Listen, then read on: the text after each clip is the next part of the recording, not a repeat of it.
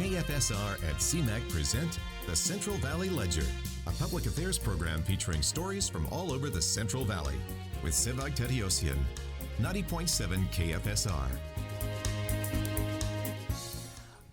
Welcome to another edition of the Central Valley Ledger. We're recording out of the beautiful downtown Fresno studios of the Community Media Access Collaborative here in downtown Fresno. And today we're going to be talking about an organization that is not too far from where we are. We have Justin and Matt with Common Space. Both of you, welcome to the program. Thank you. So let's talk about Common Space. Well, before we get there, let's talk a little bit about each one of you. Justin Kamimoto, you're the founder of Common Space. Tell us about Common Space. Yes, so Common Space is a nonprofit incubator and social gathering hub. We're literally located a couple blocks away from here at CMAC on the brand new Fulton Street. But we focus on creating a more equitable Fresno. And for us, that means that we're bringing nonprofits that are wide array in programs and services together under one roof to build collaboration. And that's really one of our key focuses, is to bring people together to make aware issues that are happening and find solutions. Tell us about yourself. How did you decide, okay, we need this organization, and then actually making the organization happen is a different story? It is. So I've been in the nonprofit sector for about 10 years now. I got my first job at 15 as a fundraiser for a nonprofit in the Bay Area. Moved to Fresno, got heavily involved in activism, and throughout the time just kind of saw that sometimes we don't always work best together because the Valley is still such a small community, and the fact that we're fighting for funding or opportunities or people, and the fact that it was time to change that. And I started a couple of other nonprofit programs that are under our Common Space umbrella, but it was time. I spoke with friends about this idea for years, and it finally got to the time of them saying, just do it. So it's a 3-year idea in the making. We've been around for a little over 2 years now, and we've grown from a 1,200 square foot location up to a 6,000 square foot location. Congratulations on that. Thank you. We'll come back to that because I want you to talk a little bit about, just as a person who started the organization now, I mean, you're successful obviously, but hold that thought. Gotcha. I want to go to Matthew. And Matthew is, people don't realize that you were actually a part of this show for a while. Yeah. It's full circle. Like, you were here as an associate producer, you were a Fresno State student, and now you're back as a guest. Tell us a little bit about the story. Yeah, well, first off, thanks for having me. Thanks for having us on the program. It is definitely a full circle moment. Yeah, I was a producer for the show a couple years ago, and it's a really nice experience to be able to be a college student and to be able to have a great internship, right? And for me, you were such a great boss of mine and a huge mentor. And for me to be able to have this experience of, it's one thing to be behind the camera and then one thing to be in front of it, right? And then in the control room, that kind of thing. So for me, I always loved the internship because I was able to do a lot of different things. And now being a graduate, working for Common Space, it's nice to be in downtown and be close to when we're recording right now. It's just a, like you said, full circle moment, so. And what I loved about you is you came in with a lot of energy. Yeah. And you came in and you weren't shy to say, you know, this doesn't look good this way. You know, you should do this way. And I mean that sincerely. Like, you really came in and you're like, okay, how can we make this show better? So thank you for being a part of the program for the time you did. And now you're doing other wonderful things, which we're going to come back to. So keep that in mind. Okay. Back to you, Justin. Let's talk a little bit about, the organization is obviously successful. I mean, you can't explain such a growth in such a short time without adding the word success. Did you vision it this way? I did. So originally we thought to go big or go home. And we actually thought of the 5th floor of this building that we're in now. Here in CMAC. Here in CMAC. We looked at the 5th floor, thought we could eventually expand to the 4th floor and together open up a lobby. But the cards weren't in at that time. We had to start a little bit smaller. We're an all-volunteer organization back then, still an all-volunteer organization now. And we're still sticking with the core root of what we're looking to do. And it's keeping in mind that these are young people giving their time, talent, and treasure, a majority of them under 30. They're ambitious. They're exactly like what you mentioned about Matt. And that's really what made it successful, is the fact that we're not funded or supported by a huge grantor. We're supported by individuals like you or I that want to see better things happen in Fresno. So actually starting a nonprofit and then running it, two different things, right? Two different things. You need to worry about the bottom line, the lights need to stay on. I mean, talk about who does that and talk about if there were challenges there and how you've overcome those challenges. There were definitely challenges. It took about a whole year to actually get our nonprofit status because we were doing something so different that people weren't knowing about. I mean, the IRS called and said, we don't exactly know what you're doing yet. But here in Fresno, we're very familiar with this idea of co-working space and incubation models and the fact that we wanted to do it for the nonprofits field. So that all was a craziness there. It was a couple of friends that joined our board of directors early on that had the same vision, but they've also been with me for quite a while. And then the day-to-day is another thing. I mean, they think being an executive director is a glamorous title, but it just means that you are the trash taker outer, the janitor, the light bulb whatever changer. you need to be. Exactly. And if things go wrong, guess who's getting questioned? The executive director. Yes, and the call in the middle of the night when something is wrong. But we're fortunate that a lot of it has gone right. So either of you can answer this question. Last Art Hop, I saw you all with tables out there, and I saw Matt out there too. So you're a part of Art Hop too, correct? So talk about Art Hop and how you participate in Art Hop. Yeah, definitely. So I am the social and events director for Common Space. So I help Justin with our social media, and then I'm in charge of our large-scale event operations, Art Hop being one of them. So yeah, we are a Art Hop vendor. So every Art Hop, we always try to outdo the previous Art Hop, right? And it's like, what can we do to get us to what can we do next, right? So yeah, every Art Hop we have artists, we have vendors outside. It's funny that we're talking about Art Hop because at our old space, before we moved into our new space, it was kind of a more tinier event. Now it's grown to this huge thing. And I think it's really great to be involved and a part of that. And as you can see, if you've been down there, we're kind of in a prime location for Art Hop being on Fulton Street because it's kind of like in the middle. So you have the Grizzly side of things and you have more towards like Warno Cedar over there. But us, we're kind of in that middle. And so before we'd moved in, there wasn't really any traction, to my knowledge, that was in that area. And so when we moved in there, we kind of got some of that traction going, I feel like. So it's nice to be a part of that.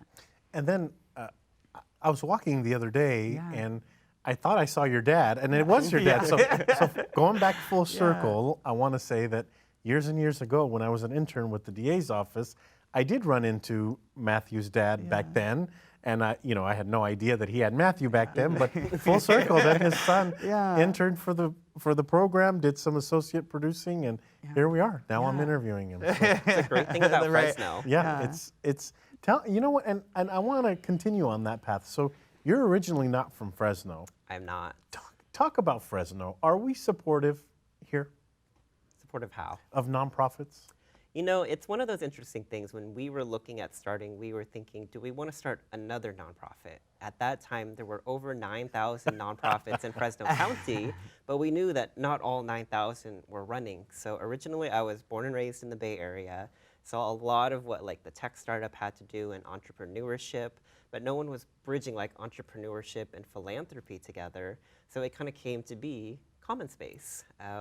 But Fresno has definitely made its way into a new light, and there's a lot of great organizations to be supporting the work that they're doing, whether kind of at a larger scale or very grassroots on the ground floor. I think the nice thing about what we do is we combine both of them. We have large organizations, we have small organizations, and when you support an organization like Common Space, you're really supporting the 20 other nonprofits that are also in our space, because you mentioned it's keeping the lights on and making sure that we have a space there that's for everybody. So if I were to ask you, what is your primary service, or how do you help members of the community, what would your answer be to that question?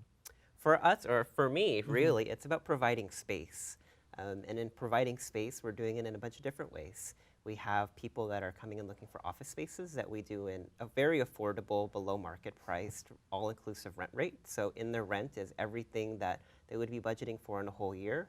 We offer meeting and event space. We are a safe place with Fresno EOC, so we have some transitional living youth or homeless youth coming into our space for services. And then lastly, we do a lot of linkages into care. But it wouldn't be all possible without actually having the physical space. And I think when coming up with the name, I was thinking, it's like, well, what do we want to provide? And we want a space that's common for everybody, because we're all diverse, unique, and different. But in this one core space, we want something that celebrates all of that. Mm-hmm. So Matt, I want to ask you about some events that are coming up. You have an event coming up in October. Yeah. You had the first one last October. Yes. Tell us about the event and what people can expect this October. Yeah, definitely. So that event that we're speaking of is called our Queer Out Awards Gala. Fun story about that event. So when I joined the team of Common Space, Justin and I were just bouncing off of ideas, and it was around this time last year that we were thinking, what can we do? Because if you look at other communities like San Francisco, Los Angeles, San Diego, in California, they have these big award ceremonies. And so we were thinking, what can we do to honor great people in our Fresno community who identify as LGBT or are doing work to advance the LGBT plus community. I want to stop you there. Yeah. So the categories for these awards are what? Yeah, so the event is, we honor 7 individuals, 1 nonprofit, and 1 business. So we have outstanding nonprofit, we have outstanding business, we have a Lifetime Achievement Award, Ally of the Year. So all different categories that are representing those, the L, the G, the B, the T, and giving that representation that these individuals would need in the community to be recognized for that. So it's an award show. If I go to it, is it several hours, or walk us through exactly what happens? Definitely. So we have, it's essentially the premier queer event of the Central Valley, right? So everyone dresses up, and we have a purple carpet or pink carpet, as we like to say. People can take photos. There's a reception. There is performances. There are great speeches. I think last year we had a lot of great moments. We had people who were receiving awards that were under the age of 24. That's one of our awards, is giving an award to an outstanding youth. Because I think a lot of the times our clientele at Common Space is 7 to 77. I think a lot of times, especially in Fresno, there are youth and there are children that are doing amazing things, like starting their own clubs or being a part of this huge movement. And we really wanted to incorporate that in the award ceremony. And so with the event, there's also dinner. So you get an entree, you get appetizer, you get dessert. It's essentially that whole entire award experience for Fresno. Where is it located? Where is it going to be located this year? So this year it's really exciting. We're going to have it at the Convention Center in Valdez Hall. And for us, it's always nice to see. Last year we had over 400 people come, and this year we're expecting to have over 600. Can I interrupt you? Yeah. I mean, 400 people for an award show for the first year is not too bad, wouldn't you say? Not too bad. No, it's definitely not too shabby. I mean, that's not really. I mean, think about it. The way he said it was so nonchalant. Like, we had 400 people. This year we want 600. Well, wait a minute. Let's backtrack here. Yeah. 400 people for an award show for the first year is not bad. Yeah. Not bad, especially planned in 3 months. Yeah, 3 months. Planned it in 3 months. So there's that event coming up in October. Anything else coming up that you want to let us know about? Yeah, so at Common Space, like I said, we do a lot of large-scale event operations. So we have Art Hop every month that we do, and that's a monthly event that goes on. It gets bigger and bigger and bigger. We have our awards gala. And then we also do an event that's called Drag Story Time. So we try to do that every quarter of ours. And what that event is, and that started in New York City, and we Justin had the idea to kind of bring it to Fresno. And so that event is essentially where local drag kings and queens and entertainers read LGBTQ children's books to kids. Interesting. Yeah. And when is that coming up? Is that? It's coming up soon. We're still finalizing our next one and the date and everything, so that should be out soon. So you must have a Facebook page. Yes. Actually, I know you have. Sorry, because I've seen it. Talk about your Facebook page and some of the other ways that people can get in touch with your organization. Yeah, definitely. Yeah. I can go ahead on it. So our social media is something that I think is very unique in the sense that we have a very interactive following. So we always like to post. It's so funny. Justin will post something about his dog, or I'm going to this restaurant, or we post a lot of our events that are coming up. And I think that's really unique to be able to share our stories and what's going on. I think a lot of the times in Fresno, we want to be able to showcase other organizations. And so with our social media, it's important to not only showcase what we're doing, but other people are doing in the community as well. I want to ask a question. Do you think there's a misunderstanding out there of the LGBTQ community? Fresno people say Fresno is a conservative town. I don't know how conservative it is. It's been changing a lot. But do people misunderstand this community? I'll let you take that one. I'll let you take You know, that one. it's one of those things that, based on where we are on the region, I mean, people would look at it to be a little bit more conservative. And it definitely is, depending on which pocket of the Central Valley you're going into. But you have to realize that change and a movement really does take time, and the fact that we're also not exactly where we were 50 years ago. A lot of what we're talking about now, because it is Pride Month in June, is Stonewall was also like 50 years ago, and we're looking at the change in the pathways that people who have done a lot of community activism work in our community for that long help shift the narrative for people like Matt and I to be able to do things that we're doing now.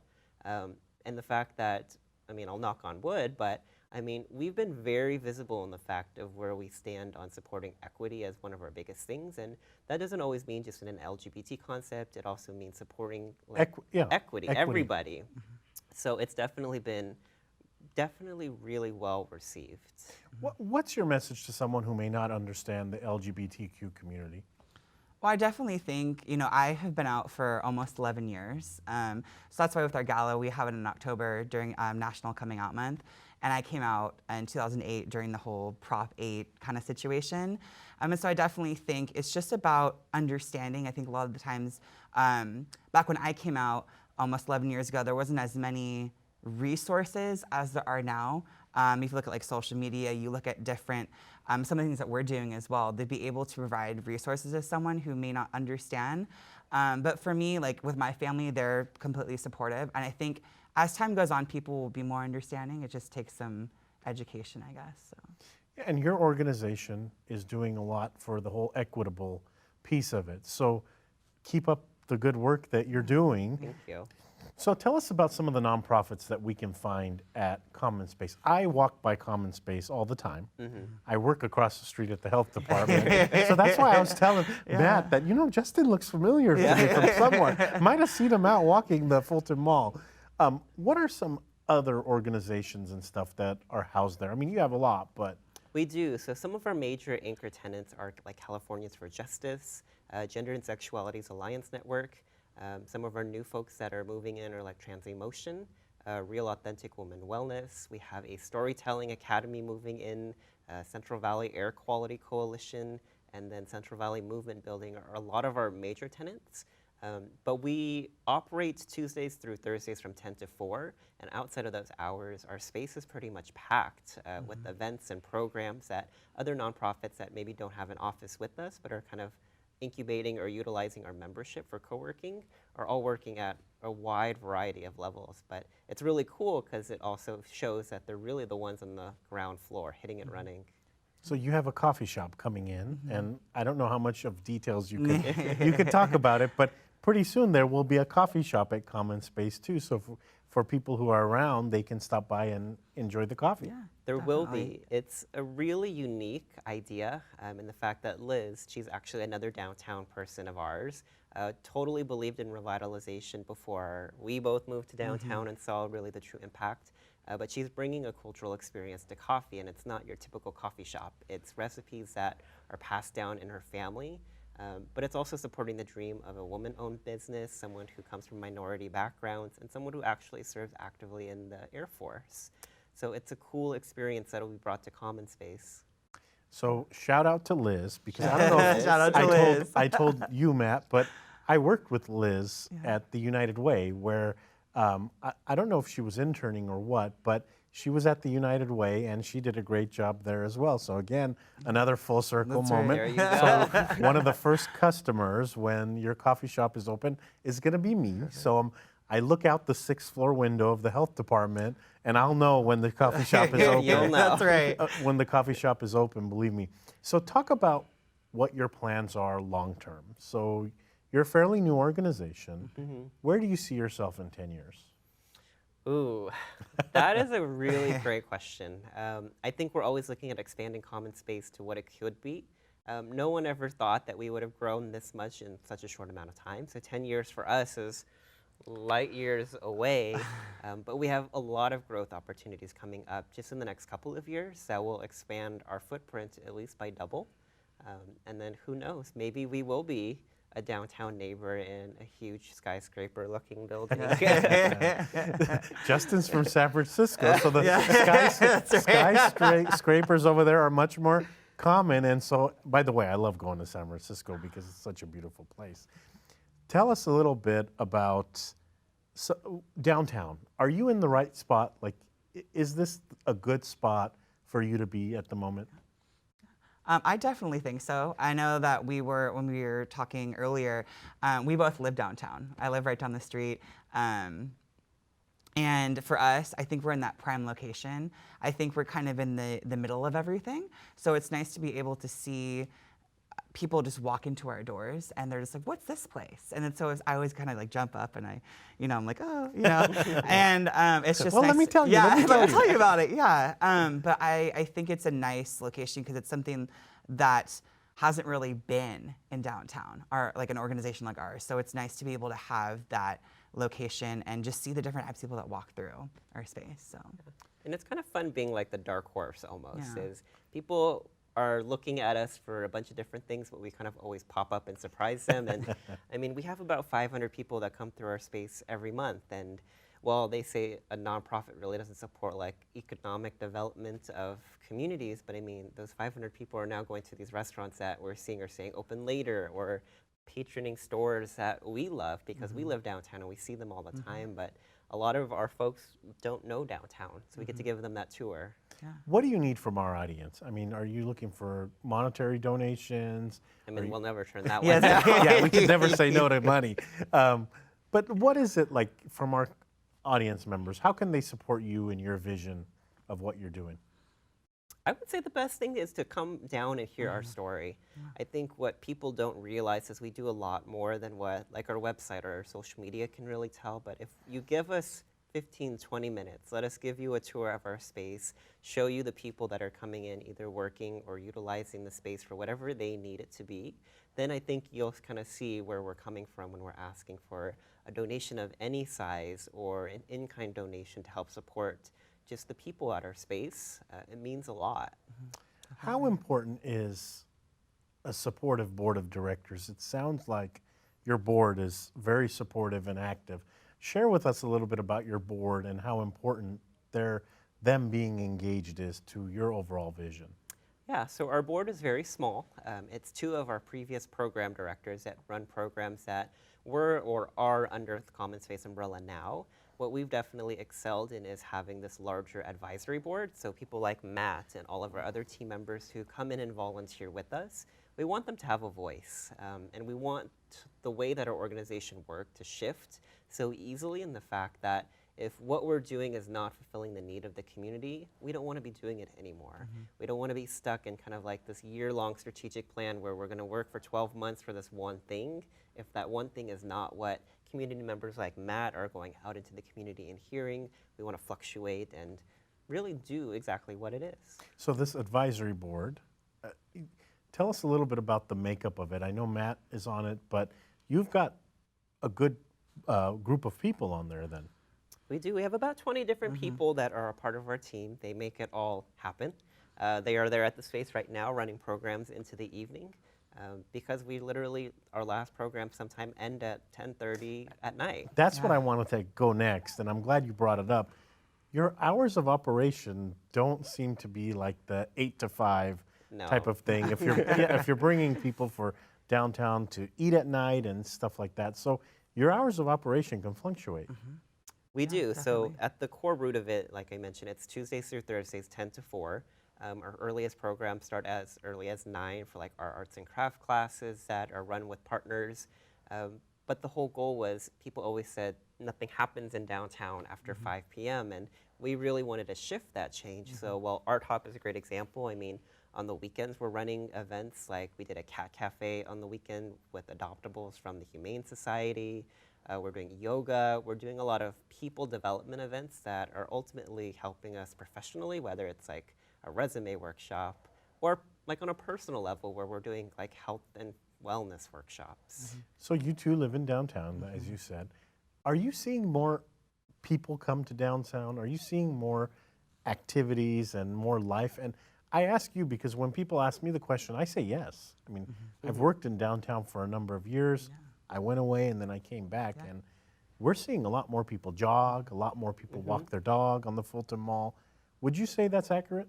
I definitely would. I know for me, so when I graduated college, I was kind of thinking, what do I do with my life and where am I going to go? And you know, for me, that's why I stayed, is because of Common Space and because of the fact that I want to be involved in that revitalization of downtown. I think it's one of those things where you grow up and you don't really appreciate what you have until it's kind of could potentially be gone or kind of thing like that, right? And for me, I just want to I want downtown to be the way it was back in the day, where I think we're doing a little bit more to get back to that point. So, well, you two, tell us about your social media. How can people get in touch with you? What's on your social media? What social media are you involved in? Yeah, so we are pretty much on every platform. Our Facebook, Common Space, Instagram, at Common Space Fresno, and then Twitter at Common Fresno. So. And then if people want to have tours or come out and visit you, how could they do that?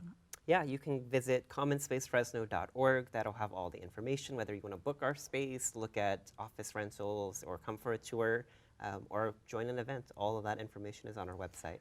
Both of you, thank you so much for joining us and enlightening us a little bit about Common Space. You're growing, you've grown, and so now I'm curious to see where you go in the next 10 years. I'll be watching from the 6th floor of the building across the way where I actually work. And we'll save that cup of coffee for you when the coffee shop opens. I'll be the first customer. You don't have to save it. I'm going to be in line. Mark my words on that one. That's right. Perfect. That's all for this edition of the Central Valley Ledger. Thank you to Paul Starcevic and Gary Johnson, who are volunteering to make this production what it is. Thank you also to our guests from Common Space, Justin Kamimoto and Matthew Broughton. Thank you to those listening to this broadcast on KFSR 90.7 FM and to those watching on the CMAC channels, Comcast, and AT&T. We hope you enjoyed this program. Tune in next week to a new edition.